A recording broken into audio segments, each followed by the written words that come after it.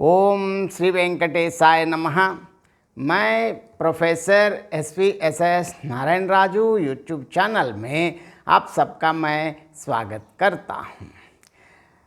आधुनिक हिंदी साहित्य के छायावादी युग के प्रमुख कवि श्री जयशंकर प्रसाद जी द्वारा विरचित कामायनी के ईड़ा सर्ग से संबंधित आज मैं और एक पद की व्याख्या अब करने जा रहा हूँ।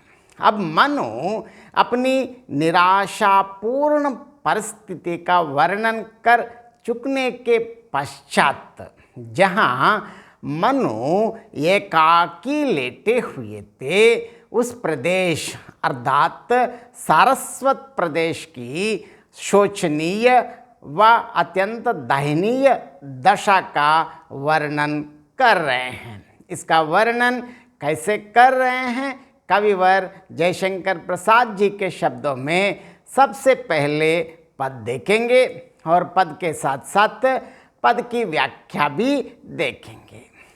यह उजड़ा सूना नगर प्रांत जिसमें सुख दुख की परिभाषा विध्वस्त शिल्प सी हो नितांत, निज विकृत वक्र रेखाओं से प्राणी का भाग्य बनी अशांत, कितनी सुखमय स्मृतियाँ अपूर्ण रुचि बनकर मंडराती विकीर्ण, इन ढेरों में दुख भरी कुरुचि दब रही अभी बन पत्र जीर्ण, आती दुलार को हिचकी सी सूने कोनों में कसक भरी, इस सूखे तरु पर मनोवृत्ति आकाश बेली सी रही हरी, जीवन समाधि के कंडहर पर जो दीपक जल उठते अशांत, फिर बुझ जाते वे स्वयं शांत। अब इसमें कठिन शब्दार्थ देखेंगे। सबसे पहले नगर प्रांत, नगर का बाग, परिभाषा लक्षण, विध्वस्त उजड़ा नष्ट भ्रष्ट खंडित, शिल्प कारीगारी कलाकृतियाँ, नितांत सर्वथा अत्यधिक पूर्णतया, विकृत बिगड़ी बुरी बद्धी, वक्र टेढ़ी मेढ़ी, विकीर्ण बिखरी हुई इधर उधर फैली हुई, कुरुचि घृणा बुरी पसंद, अपूर्ण रुचि अर्थात अतृप्त आकांक्षा, जीर्ण पुराने, पत्र जीर्ण मतलब पुराने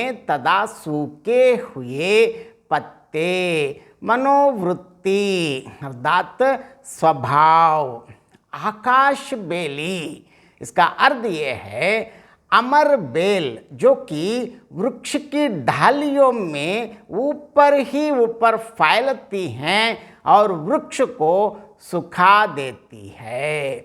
जीवन समाधि, जीवन रूपी चैत्य, मृतक के शव या अवशेषों पर बना उसका स्मृति चिन्ह। अब व्याख्या देखेंगे। यह उजड़ा सूना नगर प्रांत जिसमें सुख दुख की परिभाषा विध्वस्त शिल्प सी हो नितांत, निज विकृत वक्र रेखाओं से प्राणी का भाग्य बनी अशांत। यह यहाँ देखिए, देखो यह उजड़ा हुआ उसी कारण सुनसान पड़ा हुआ नगर का बाग है। किसी समय इसके भवन और अट्टालिकाएं स्थापत्य कला या कारीगरी के आदर्श रहे होंगे, परंतु वे सर्वथा उजड़कर खंडहर बन गए हैं। जिस प्रकार इस नगर के वास्तुकला के आदर्श भवन नष्ट हुए हैं, उनमें सुख और दुख के लक्षण भी नष्ट होकर दबे पड़े हैं और टेढ़ी मेढ़ी लकीरों से दुख प्राणियों के सुखहीन भाग्य की सूचक बन गई है। यहाँ कहने का आशय यह है कि कवि ये कहना चाहते हैं कि यह जो नगर उजड़ा पड़ा है, इसका ध्वंसावशेष चारों ओर बिखरे पड़े हैं, इनके बीच सुख और दुख का स्वरूप छिपा है, परंतु उजड़ने पर वे सब समाप्त हो गए हैं। यही दुख का स्वरूप है। कितनी सुखमय स्मृतियां अपूर्ण रुचि बनकर मंडराती विकीर्ण, इन ढेरों में दुख भरी कुर्ची दब रही अभी बनपत्र जीर्ण। अर्थात देखिए, प्राणियों का भाग्य सुख की कुछ घड़ियां दिखाने के पश्चात दुख में परिवर्तित हो जाता है। ऐसा इस नगर की दशा को देखकर ऐसा जान पड़ता है।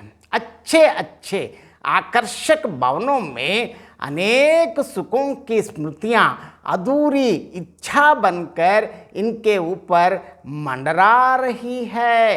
अर्थात इन भवनों का अतीत कितना सुखमय रहा होगा। जिन्होंने इनको बनवाया था, उनकी इच्छा इस विनाश के कारण शायद अधूरी रह गई।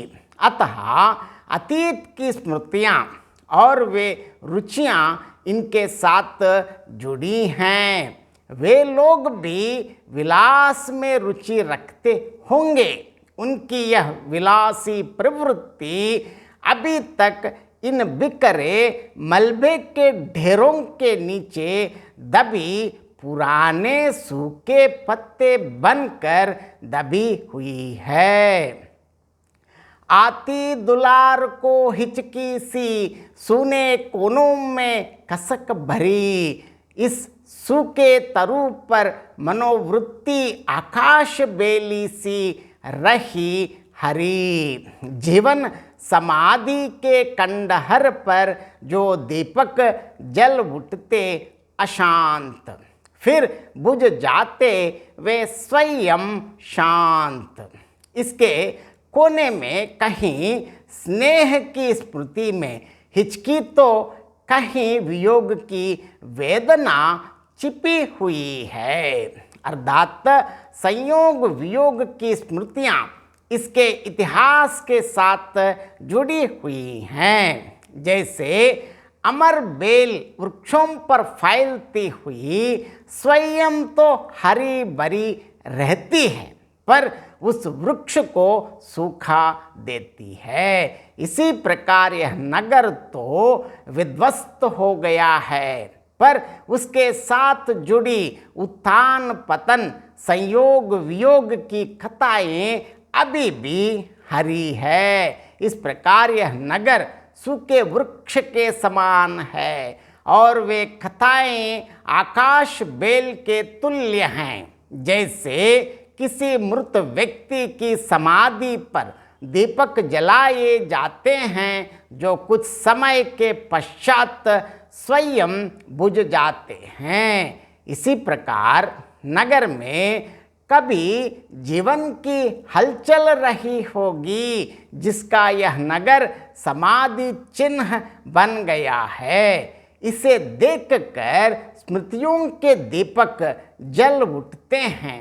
हृदय में वेदना सी होती है। जब वह शांत होती है तो वे स्मृति के दीपक भी बुझ जाते हैं। अब इस पद की विशेषताएं देखेंगे। जयशंकर प्रसाद जी ने यहाँ पर प्रलय में विनाश के कारण देव जाति के भव्य समृद्ध सारस्वत नगर के खंडहरों का सशक्त वर्णन किया है।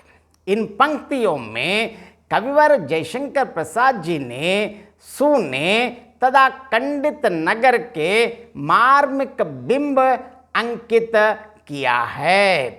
इस पद में उपमा, उत्प्रेक्ष्य, रूपक और दृष्टांत अलंकार है। जय श्रीमन्नारायण।